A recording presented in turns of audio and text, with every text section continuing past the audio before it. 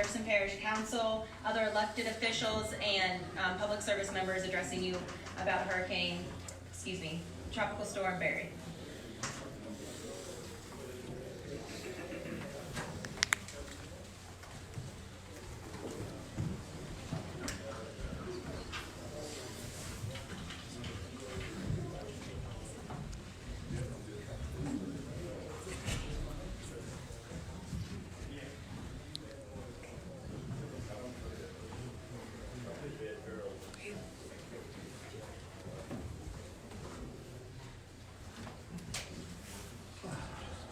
Well, good evening, and I want to thank everybody for being here today to help us get our message out. Joining me on stage, we have mayors from Westwego, Joe Peoples, Mayor Belinda Constant, from Gretna, our Public Service Commissioner, Mr. Eric Scrametta, our Sheriff, Joe Lapinto. We have Police Chiefs Dwayne Munch from Westwego and Tim Walker from Harahan, and our Councilman from District 1, Mr. Ricky Template. Yesterday, as everyone knows, Jefferson Parish declared a state of emergency and mandatory evacuations were placed on Grand Isle, Lower Lying Lafitte, Crown Point, Barataria, and the town of Jean Lafitte. Grand Isle has also issued a curfew effective at 10 p.m. tonight. In conjunction with the RTA, we have suspended Jefferson Transit services beginning at 8 p.m. this evening through Sunday morning. All riders who normally rely on this service are encouraged to make other transportation arrangements. We were spared from rain yesterday, which allowed pumps to keep canal levels at the lowest possible. Today, we had nearly 400 Public Works employees on hand to ensure the parish was as prepared as possible for the projected 10 to 20 inches of rain. Yesterday alone, they cleaned 3,534 catch basins. Today, they were able to clean an additional 3,100 catch basins.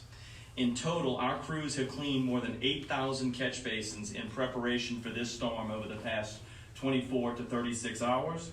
And the total for this year, since January 1, we have cleaned 28,000 catch basins. One thing I can certainly say I've learned as president of this parish is we have some of the most dedicated, hardworking employees, and I thank them for their service, especially in events like this.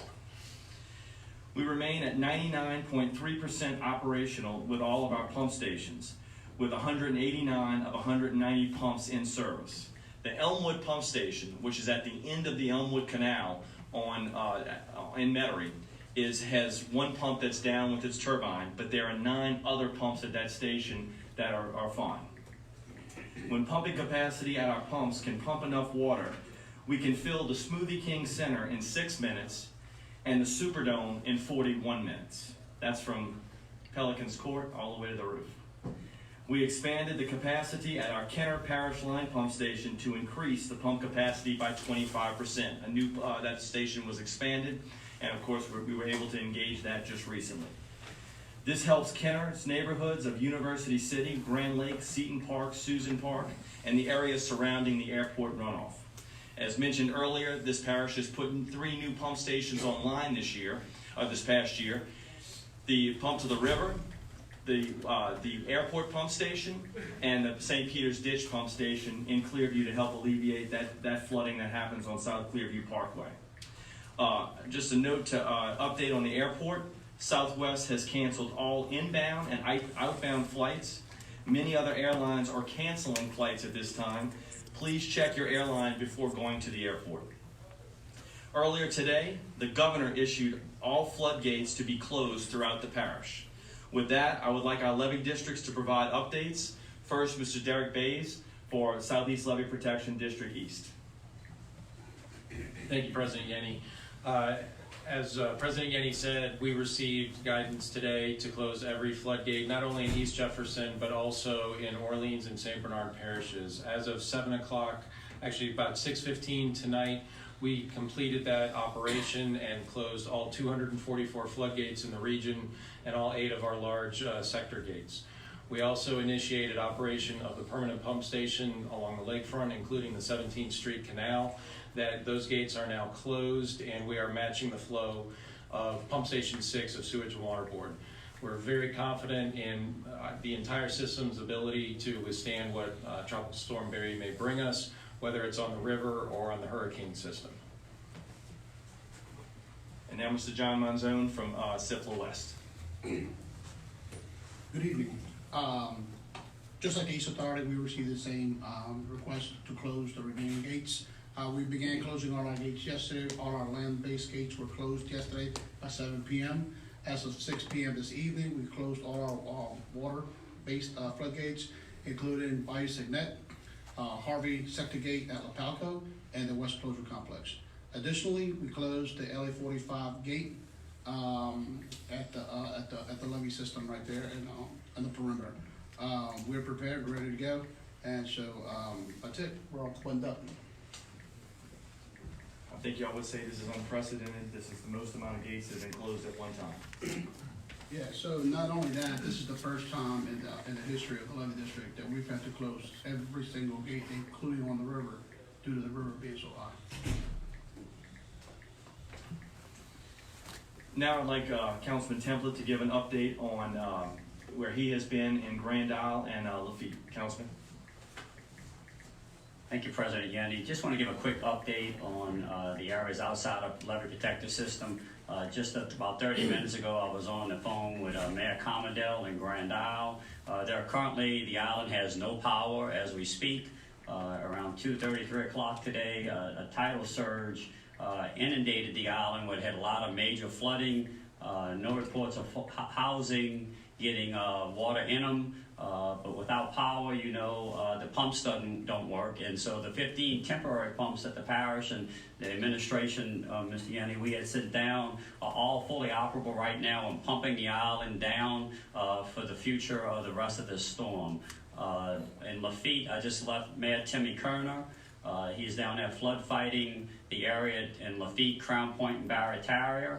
There's roughly about 30,000 bags that have already been deployed. There's another 8,000 on their way right now to deploy overnight. Water is rising in Lafitte, but there is no flooding currently as we speak. And thank you very much.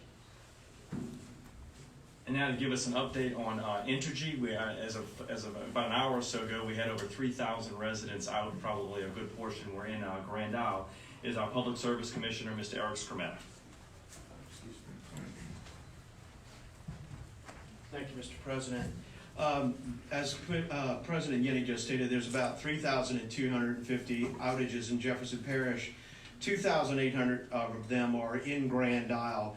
The rest, the remaining 1,200 or so, are sporadically spread around the parish and are being dealt with by Entergy on regular repair schedule at this time. Right now, Entergy's manpower capacity in the area is about 2,800 personnel active. CLECO on the North Shore, because your area will reach over there, is about 1,300 personnel. Everybody's in place to deal with the storm in this area first. As the storm moves west and issues become more problematic there, they will deal with the problems here with adequate personnel, and then they will move this personnel, since we're outside of that cone, they will station personnel and resources to move into the Lafayette, New Iberia area to help the other Louisianians in that region. I also spoke to Mayor Commodell in Grand Isle. They are working to deal with the closure of LA1 south of Golden Meadow, which is preventing Entergy from going south to begin dealing with the infrastructure associated with the damage that's taken place in Grand Isle.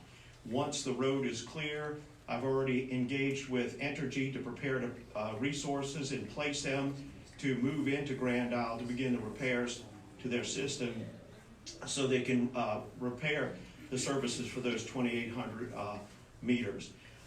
Again, remembering that winds above 30 miles an hour prevent, by federal law, employees from being in the buckets and getting up in the to work aerially, but we will have scouts crews and also vegetation crews on the ground in higher winds. But we are prepared, and we've very proud of the mayor of Grand Isle for his work, who's being out there right now doing what he can, and he's out in the storm. So that ends my report. Thank you. Thank you, Commissioner Skrmetta. And now we have Sheriff Joe Lapinto. Sheriff. Thank you, Mr. President. Over the last 2 days, our citizens have heard almost every warning humanly possible.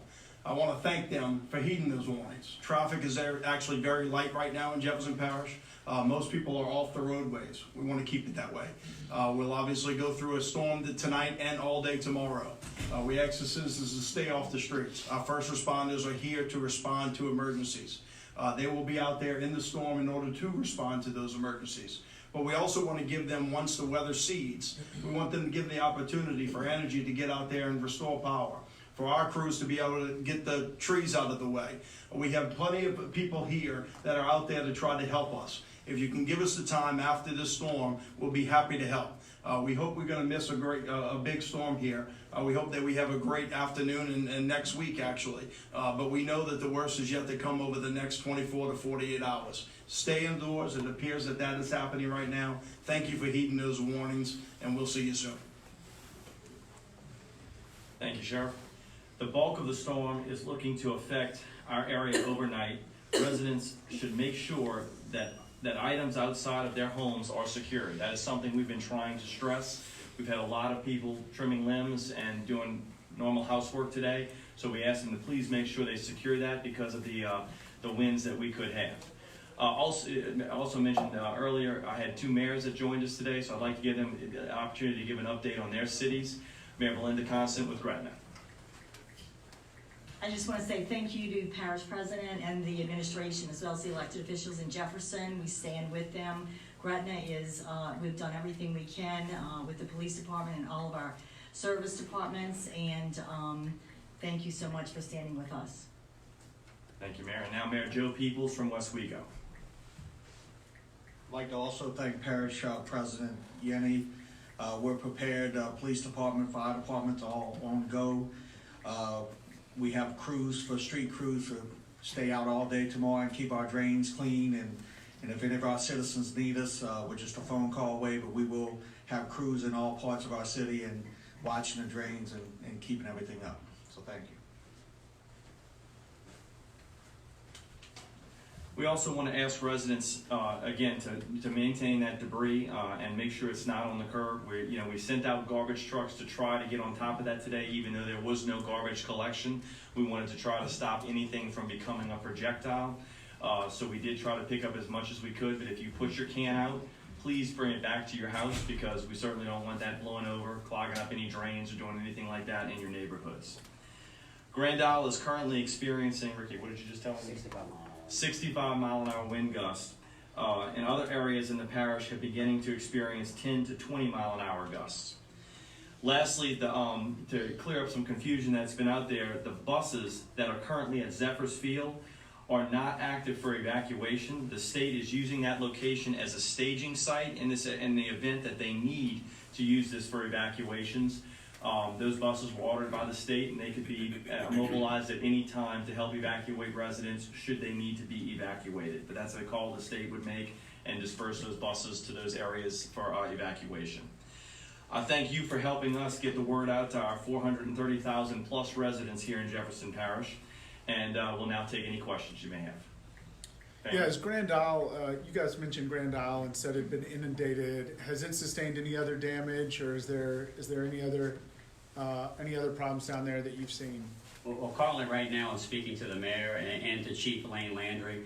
They have most things under control. The last time I spoke to them prior to this, they were gauging 65 mile an hour winds, which affect any area with debris or things flying around. They do have a curfew starting at 6. 10. And they're monitoring things. They did have major flooding on the island. And they're trying to pump that down now as we speak because the tide did go down a little bit. So it's given them a little reprieve where they can pump out the island temporarily. Do you have a sense for how many people are left on the island? Talking to the mayor, there's roughly about 1,200 residents. He figures about maybe 500 stayed. And of course, LA1 is closed between Grand Isle and Port Fourchon. Next question. Does that mean? Yes, I'm sorry. Two things. With all of the post-Katrina changes, is there anything particularly that will be tested with this particular storm in light of the high river levels? And secondly, sort of picking up on what he was saying, with all of the low-lying areas where there's a mandatory evacuation, do you have any numbers on if the majority of people got out of those areas? I know that, well, let me start with your first question, and I'll let Derek echo this one. Obviously, the new pump station at the end of the 17th Street Canal in Jefferson Parish, which drains, the 17th Street Canal drains Jefferson and Orleans, along with their London Avenue and Orleans Avenue pump stations. They're the first of the kind to be used this time to not put the stress on those flood walls like we had during Hurricane Katrina. I mean, this building is because of Hurricane Katrina, making sure we have the right assets to house our people, to make sure they can respond as quickly as possible to our constituents' complaints. And of course, we're working round the clock here in this building, trying to make sure we can handle those types of things. But Derek, if you want to talk about anything? As far as the system being tested, it somewhat has already been tested. It was tested during Hurricane Isaac, if you remember in 2012. The system was technically already in place. I don't anticipate this putting any more burden on the system than Isaac did. Isaac carried more surge. So the only thing that's different is the Mississippi River levees. Obviously, the river's high, so this is the first time that we've had a storm of this magnitude in the month of July with the river being this high. So, but the elevations, we did some sort of spot elevations. The elevations are there, and we don't anticipate any overtopping on the river. Just to echo that, I mean, the system has been tested for over 8 months, if you want to look at it that way. We've been in High River now for 8 months plus. We've inspected everything daily. We're absolutely confident in that. We've been in High River for 3 or 4 years.